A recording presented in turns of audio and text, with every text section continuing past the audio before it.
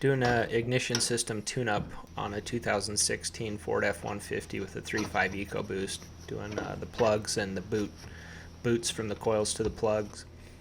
Hopefully this will give you a good overview of what to expect, and you can avoid some of the mistakes that I made, and it can go smoothly for you. It went pretty easy for me, other than a couple little goof ups here and there.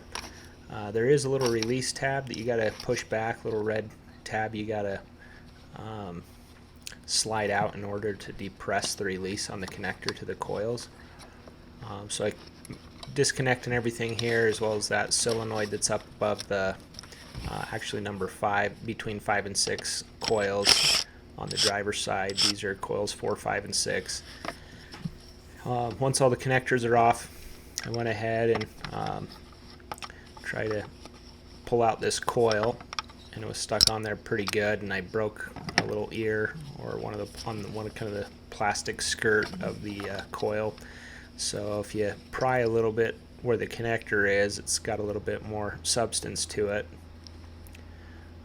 But I wasn't too concerned about it, not enough that I was going to go buy a coil over it. And then pulling off the boots to replace them, I kind of tore that one, which I wasn't concerned about because I had new ones. But cutting that off, and then you can get a kit that comes with a new seal for the top part of the coil as well. I just got the boots, so I'm going to plan on reusing those seals up at the top, but took them off to clean them. And that was kind of just checking out what I was into, and now I'm going to kind of do the other ones. Here's, on the second one right away, I tore the boot on the spark plug, prying it up, pulling it up. It came up and it left half the boot down in the spark plug hole. So I had to get some long needle nose pliers and pull that boot off, which fortunately I didn't have to work at it too hard, but it did leave the little retaining spring, or the little contact spring that's inside of the boot that makes contact with the coil and the spark plug, and I had to fish that out. I wasn't able to blow it out or pull it out with a magnet. I had to use that little dental pick to get it out. And then clean all those holes so that I don't have debris going down into the cylinder when I take out the spark plugs. And then repeating the process on the passenger side bank, doing them kind of all together.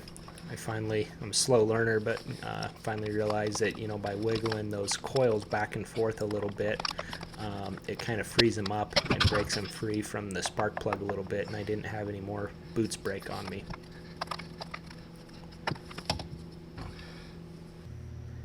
Then I cleaned them all up, put the skirts back on, and took all the boots off and putting on new boots here.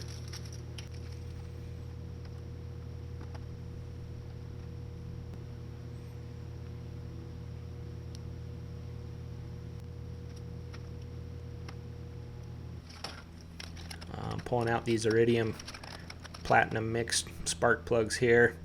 I'm mostly just checking the gap. Iridium plugs come pre-gapped, and the spec there was 28 thousandths to whatever, and so I used a 30 thousandths feeler gauge. I ended up going back later with a 25 thousandths feeler gauge and making sure that I had at least that gap between all of them, and that they all looked consistent, and I was going to be within range. Then I'm taking out the spark plugs one at a time and putting a new one in one at a time, so that I don't risk dropping anything down the spark plug hole, having them all out at the same time. I put a little anti-seize on the threads. Some people say it's not necessary with chrome plated threads on your plugs, but I've never had a problem putting anti-seize on, but I've had problems with spark plugs that haven't had anti-seize on them, even with chrome threads. So I always put just a little bit on there, and then go over to the other side, break them all free, loosen them up, and then again one at a time, pulling one out, putting one in.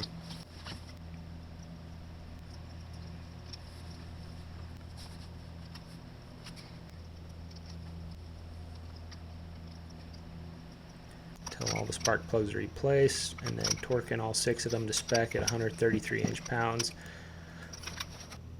And then I'm going to put a little bit of dielectric grease inside the boots.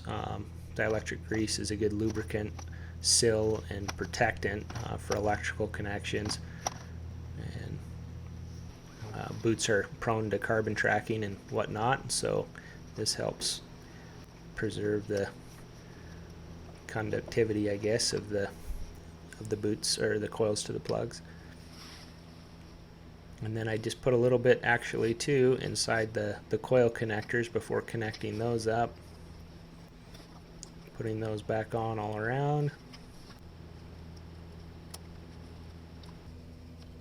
Put that last connector on there. Put the cover back on. Go start it up. Make sure I don't have any misses or anything like that and that she's running smooth. Pretty straightforward job other than a couple of goof ups that I ran into early. Wasn't too concerned about them. Worked through them. But got it everything with a 6-inch extension, deep socket, spark plug socket, ratchet. So yeah, hope you found this helpful and that you'll like and subscribe.